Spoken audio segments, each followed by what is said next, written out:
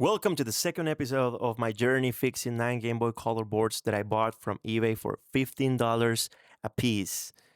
This is the second episode, so we are going to go. I already fixed this one. I just needed to replace C22, and on my notes when I was testing them, I said that there was no image.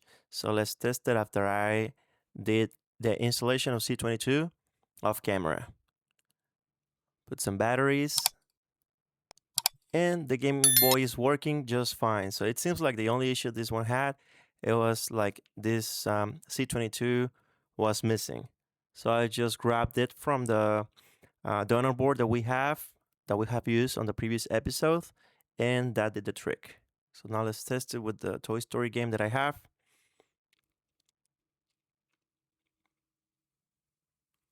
I love this game, but it takes a little bit of a while to start playing so we can test things.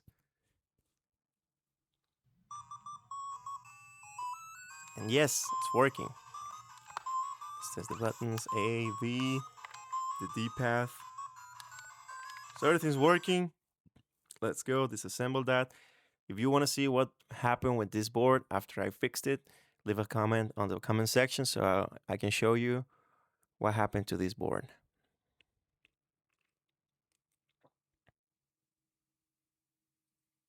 Now let's give it a good clean. Very fast because nobody wants to see me cleaning a board for 5 minutes. So now let's go with the second part of this episode, which is fixing this board that is missing F1. If I recall correctly, yes, I can see on my notes. There's the power switch, and there's, oh my god, there's tons of flux, as you can see, and solder. I think that after the person that was working on this couldn't make this work, after replacing the capacitors and adding tons of flux and solder, this person decided it was not worth the time to try to fix it. So we'll make it our task to make this work again. So of course this has no power because a fuse is missing. Let's start by trying to give it a good clean. Remove all the extra flux that this poor board has everywhere. Clean the buttons. The select button has a lot of, I think the start button has a lot of flux as well. So I know there's still a lot of flux there, but let's start by checking if F2 works. If not, we will have to replace this fuse and install the other one, F1. So let's bring the multimeter, put it into continuity mode. Just a little click here. I really recommend this multimeter. Is very cheap and very useful. And we got nothing. So both fuses one is missing, the other one doesn't work. So let's tackle that. Let's bring the fuses that we bought. I already showed them on the previous video. I bought them from AliExpress, 10 pieces for $1.17. Super cheap. The only thing is these are tiny and a little bit hard to work with, but nothing impossible. A little bit of patience and you'll be just fine. Bring the iron. And let's start by putting some solder on both sides of the fuse that we want to remove. In this case, F2. Heat and touch it with the solder. Perfect. I'm sorry for spinning around the board at all times. I just find the angle that makes me feel more comfortable while working. So now let's bring the flux and put flux on both sides of the fuse as well. A little bit here, a little bit there. This is now clean solder, which still you need to clean, but it doesn't leave a mess like the one that the previous owner of this board used. Now let's hit one side and quickly go to the other. And just like that, you will pull it out of the board. And of course, no damages to the board itself, to the pads. Now with both fuses out of the way, the other one was missing. and we remove the other. Let's remove the excess of solder with our desoldering wick. Heat it, and that should be just fine.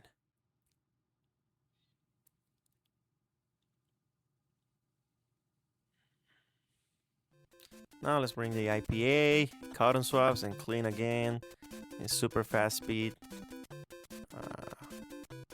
There is so much flux in this board. So as you can see, I clean it a little bit. Looks way better. Let's start by taking the fuses out of the small package they come from. And like I said, this is very hard to work with. It took me a while to remove them from their thing. But anyways, oh, it fell to the mat. Let me know in the comments if you could see it. Look at this. How tiny this fuse is. Let me grab it with tweezers and let me show it to you. Those are tiny, but the good thing about them is they're compatible with Game Boy Color, Game Boy Advance, Game Boy Advance SP, so it will fit in any restoration you're trying to make for any of those consoles. So let's put the board in place. Let's grab the fuse, put it into position, and using a little bit of solder that was there on the pad, I'll heat it and solder one of the ends of the fuse into position. Now that the fuse has been hooked to the board, I can bring my solder, hit the other path, and solder the fuse on this side. Let me move to the other side. Let me zoom so you can see. And just like that, just heat it and make sure that the solder covers the side of the fuse. Just like that, we have install F1, fuse number 1. I want to go in detail with this one. It's just pretty much the same thing. But now let's install F2. It's already in position. Let me put some solder. And easy money. Now bring it to the other side. Put some here, touch it here.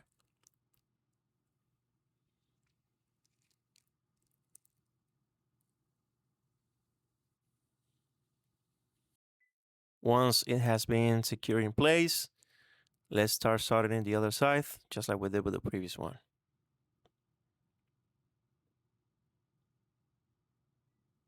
Now let's go to the initial position and add more solder to secure it in position.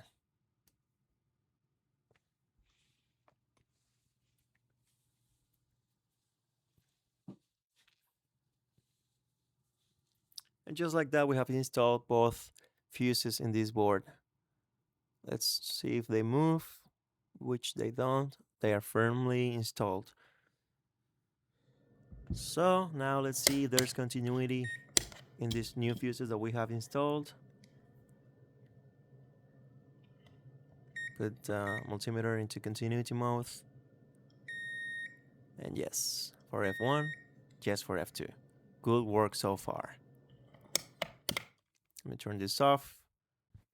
So now we need to put a new jack 3.5 audio port in this and our DC power jack as well. Just like it is right now, it shouldn't start if we try to test it.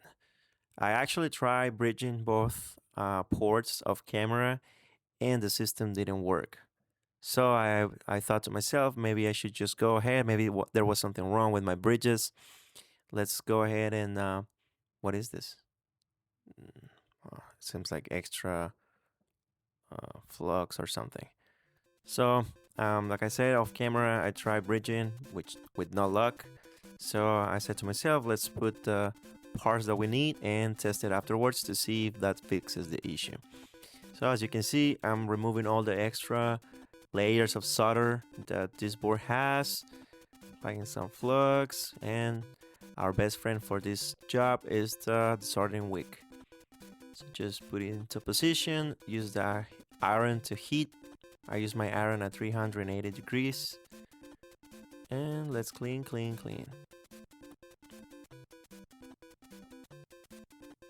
to the other side to remove this one. Add more solder if needed. Then heat again until you see through those things, through the vias. So now let's bring the spare part that we're gonna use. It's a brand new port that I bought from eBay as well. I will leave an image of the purchase that I made.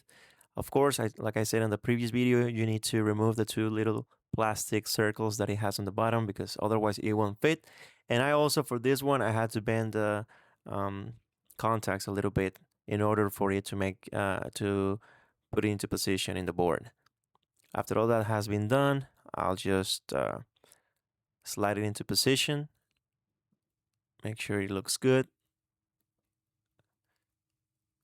And now we can bring the iron and solder in position. I'll show you real close. I heat the leg on one side and touch with the solder on the other. And that makes the solder look shiny and brand new. Let's do that with the other contact. Now this one.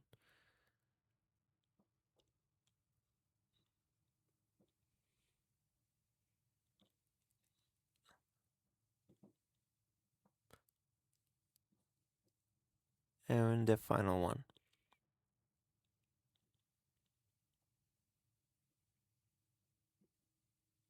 And just like that, we have installed the DC power jack.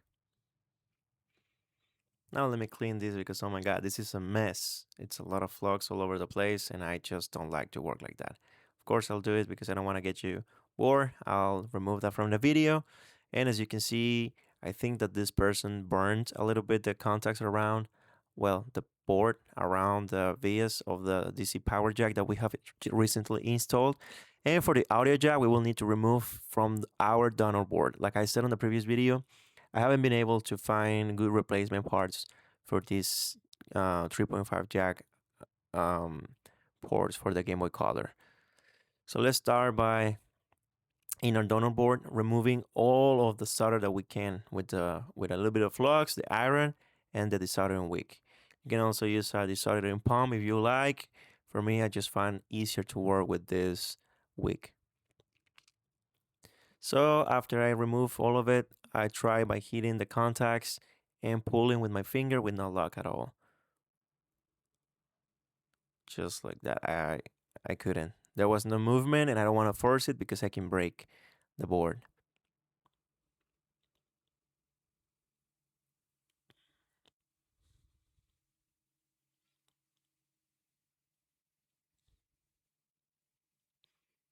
No, impossible. So it's time to bring the big boys.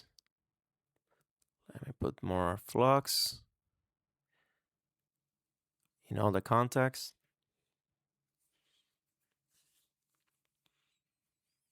Remember, this is our donor board. Bring the Kapton tape or insulation tape and cover the power jack so we don't melt it. Be sure to cover all the plastic piece. And now let's bring the PCB holder. Add more flux to the area we're working on. For this job, I have to reduce the temperature on my hotter station. I put it to 300 degrees. I normally work around 375. Heat the area and pull with tweezers.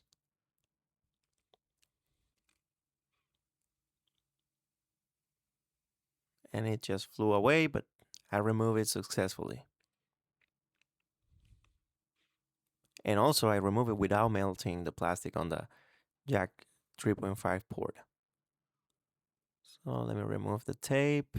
Oh wow, you remember our donor board from the previous video had like this silicone thing installed. I don't know why they did that, but now it was melting with the heat that we applied on the board. But anyways, let's go back to the board that we are working on. I'll just snap the audio jack into position just like we did with the power jack. Push it so that it's firm and straight. And let's bring the iron once again.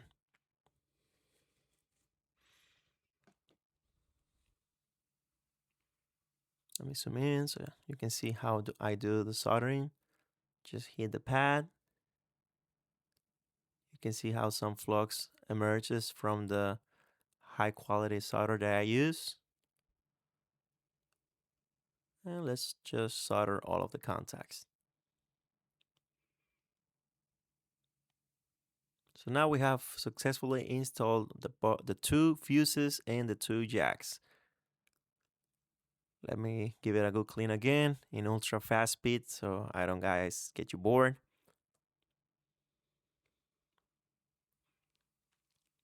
Super fast, super fast.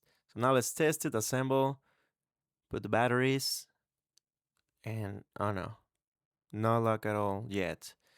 So I have a video explaining how to fix no power issues on the Game Boy Color. I thought for a second that it was the, missing parts. So now we will go to the second theory that I have, which is the power switch. I know the capacitors cannot be the issue because the person, of course, swapped them. You can see that very clearly on the board. So let's test, touch the positive terminal and pin number 3 on the power switch while it's off, and it has continuity. So now let's flip the switch on, 3 and C. C doesn't have continuity, so I think this might be the issue. The issue is a faulty power switch. I will leave a small card here for you to see the video that I have, a complete guide on how to check this in more depth. I also checked my fuses and EM6, and it had continuity towards the positive terminal. So I will try to clean the power switch and try to reflow the pins to see if this solves the issue. Let's try again. Again, touching the positive terminal. That's 3 while it's off. Now flip switch on. Positive terminal. No luck at C. So definitely we have a bad power switch. Let's bring the new one. These are not that cheap. I bought 5 pieces for $9 on AliExpress. This is the exact one that I am using.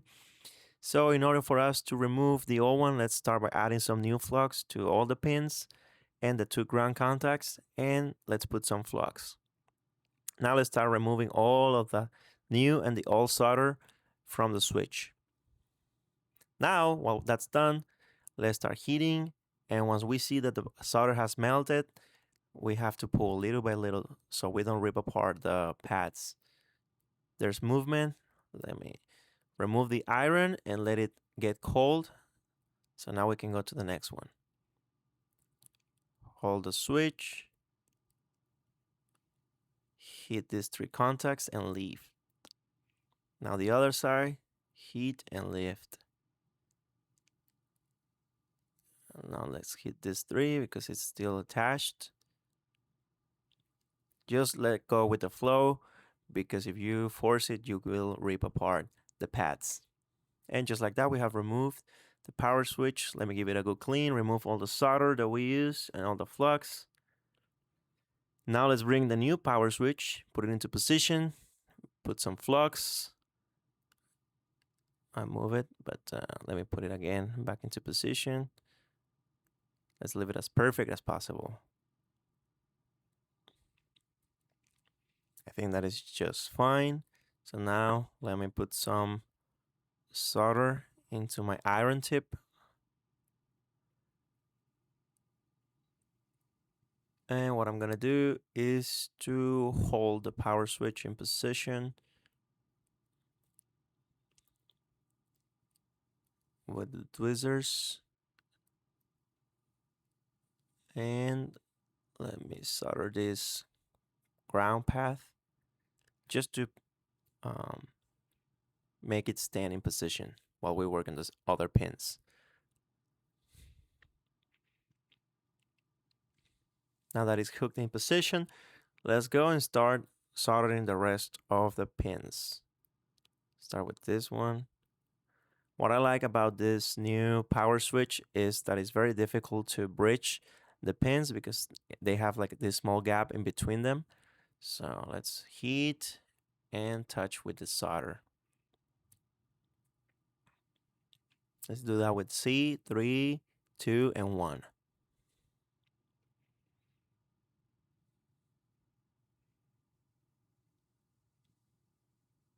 you should have something like this. Looks just fine, no bridges. So now let's test for continuity again. Now with this new power switch. Put into continuity mode. Now let's bring the positive terminal and 3, just fine. See, should be no continuity while the switch is off. So now let's flip it to on, positive and 3, and positive and C. Perfect, we have continuity. That means that the power switch has been fixed. So now let's go again and test it, put some batteries and moment of truth. And we have power. If you like this content, please subscribe and be prepared because we are going to have more episodes of this series. Hope you guys enjoy it.